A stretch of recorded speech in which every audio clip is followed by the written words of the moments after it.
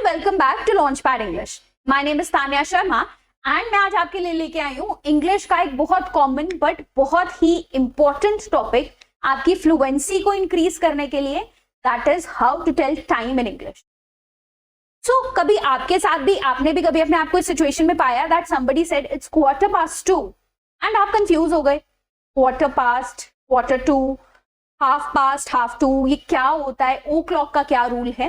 तो इस कंफ्यूजन को आज मैं दूर कर देती हूँ आपके लिए। आफ्टर दिस, चाहे आप एक न्यू इंग्लिश लर्नर हैं या आप अपने स्किल्स को ब्रश अप कर रहे हैं, the concept of telling time will be very easy for you, it will be very simple. Stick to the video, end तक देखिएगा। I have some exercises at the end of this video which will help you even more and आपका ये जो skill है, ये जो आज आपका कॉन्सेप्ट है 100% क्लियर हो जाएगा। सो two ways of telling time in English, the digital way and the traditional way. So जैसे आपने अपनी वॉच पे, अपनी क्लॉक पे देखा, सेम उसको उन्हीं वर्ड्स में आपने उसको बता दिया, so that is the digital way. For example, this time, ठीक है जी। अब इसको आपने क्या बोल दिया, 2:30, बात आपकी समझ आ गई सामने वाले को, but it is a very common वे, ये आपकी बेसिक इंग्लिश है। But when we are talking about fluent English, when we are talking about modern English, the traditional English, then हमें use करना है and सीखना है the traditional way of telling time, right? Second example, this 3 बजे हैं, 15 minute हो गए हैं, तो 3:15, 3:15, ठीक है जी। But the traditional way says 3:15. अब 3:15 क्या है, o clock क्या है, again आगे देखते हैं। The last one is 4:45, 4:45. Right? What adds more expression? What proves that you are an expert in English is the traditional way of telling time. So ये सीखना है, इसी को अपनी डेली लैंग्वेज में immediately after this video use करना शुरू करना है। I have to go to tuitions, I have to make dinner, I have to reach at a meeting, whatever. Use the traditional way to tell time. Right? So the basic first rule of O clock. 1 o'clock, 1 बज गया है। जब भी आपकी जो minute finger है, जो minute needle है, सॉरी, वो 12 पे पहुंचती है, तो हम ओ क्लॉक का रूल यूज करते हैं। कितने बजे हैं, 5 बजे हैं।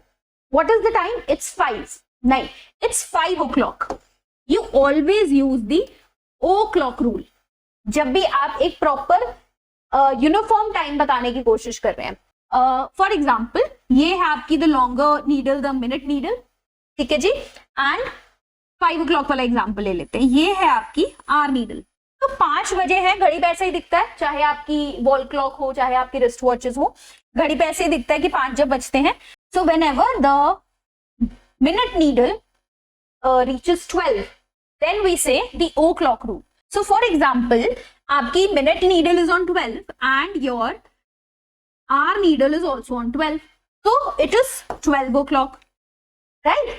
So ऑलवेज जब भी आपकी मिनट नीडल है, इट स्ट्राइक्स 12, वो 12 पे पहुंचेगी, तो उतने जितने पे भी आपकी आर नीडल होगी, 3 o'clock, 8 o'clock, 10 o'clock, ठीक है जी। तो o'clock rule is clear कि जब भी 1 घंटा पूरा होता है, तो what is the hour that has been completed, वो हम डिजिट आगे, वो डिजिट को हम आगे लिख देते हैं एंड पीछे हम लगा देते हैं ओ क्लॉक। नेक्स्ट, 1/2, अब आधा घंटा, ठीक है, 6:30, 7:30, 2:30 बजे हैं। आज से ये बोलना बंद, आज से हम बोलेंगे 1/2, ठीक है जी। तो अब 1/2 मतलब 6:30। तो अब क्या है, जो नॉर्मली जो वॉच होती है या क्लॉक होती है, उसको 4 क्वाड्रेंट्स में डिवाइड किया जाता है, ठीक है जी। तो अब 4 क्वाड्रेंट्स कैसे हैं, 1, 2, 3 and 4, राइट। बट जब हम आधा घंटा पूरा होने की बात कर रहे हैं, तो हम उसको डिवाइड करते हैं इन 2 halves, ठीक है। Again, I am sorry if this is a mess, but this is the best way to make everybody understand this. What is happening is that हमने हमारी वॉच को डिवाइड करना है इंटू 2 parts, ठीक है जी। So that is whenever your minute needle strikes 6, that is half, right? Half of the whole clock, ऐसे एक लाइन में जब आ जाता है। तो अब क्या हुआ कि 11 this is o'clock, this is 11:30, मतलब 11 बज के आधा घंटा हो चुका है। ठीक है जी। 8:30, 8 बज के आधा घंटा हो चुका है। तो जहां पे भी आधे घंटे की बात होती है वो हम लिखते हैं हाफ पास्ट, मतलब घड़ी ने यहां से पूरा ये ऐसे चक्कर लगाना था, ठीक है, बट अभी हम क्या कह रहे हैं कि घड़ी ने एक आधा चक्कर लगाया है, सिर्फ half of the clock has been covered by the minute needle, right? So 8:30, 6:30 and 11:30. ऐसे ही if I write it is this, so इसको क्या लिखेंगे हम, इसको हम क्या कहेंगे, what is the time? It is 1:30, right? Next, 1/4 and 1/4. Confuse नहीं होना, again the wall clock or the watch has been divided into 4 parts, 1, 2, 3 and 4. ठीक है। सो एक सर्कल है, उसको 4 हिस्सों में डिवाइड किया है।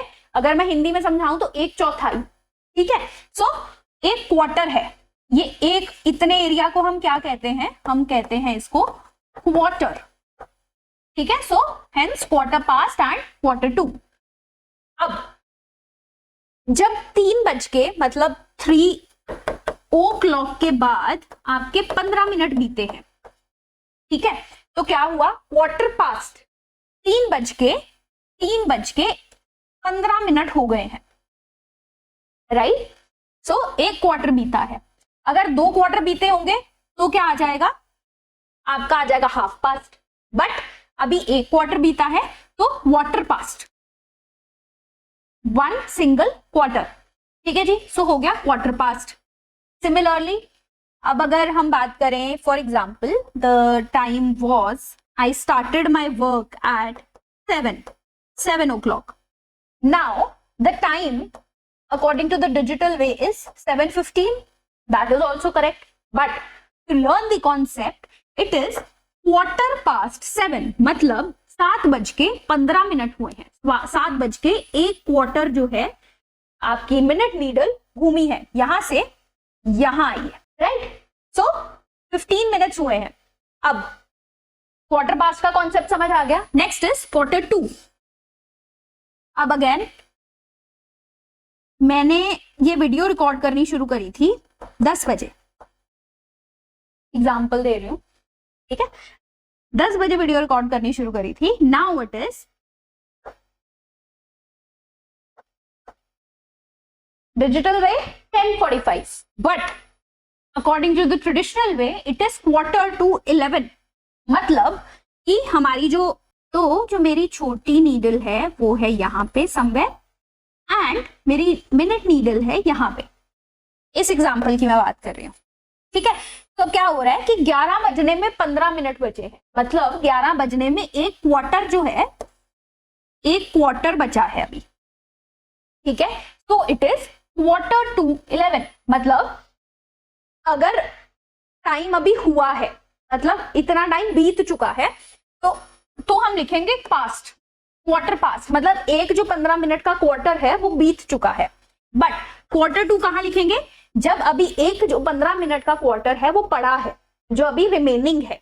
So 11:45, what time do you have to reach your school? I have to reach my school by 7:45. Digital way 7:45, but traditional way 7:45, मतलब 8 बजने में 15 मिनट अभी पड़े हैं, right. Next one, minutes past and minutes to. अब क्या हुआ ना, ये वाला हो गया when we are referring to 30 minutes. ठीक है जी, whole 30 minutes, exactly 30 minutes. This is when we are referring to 15 minutes.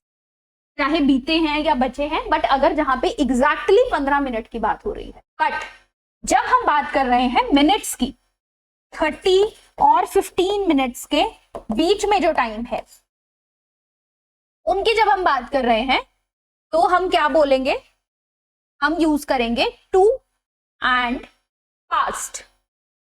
ठीक है, तो 7 o'clock 7 बजे थे, अब कितना टाइम हुआ है? 7:05 हुए हैं। तो 5:07 अगेन 5:07 मतलब 7 बजने के बाद 5 मिनट और बीत चुके हैं। ठीक है जी। सो पास्ट टेंस हमें सबको पता है, तो कितना टाइम बीत गया? 5 मिनट बीत गए। सो 5 पास्ट टेंस वाले पास्ट से आप रेफरेंस रख सकते हैं 7। ठीक है जी। उसके बाद सिमिलरली 10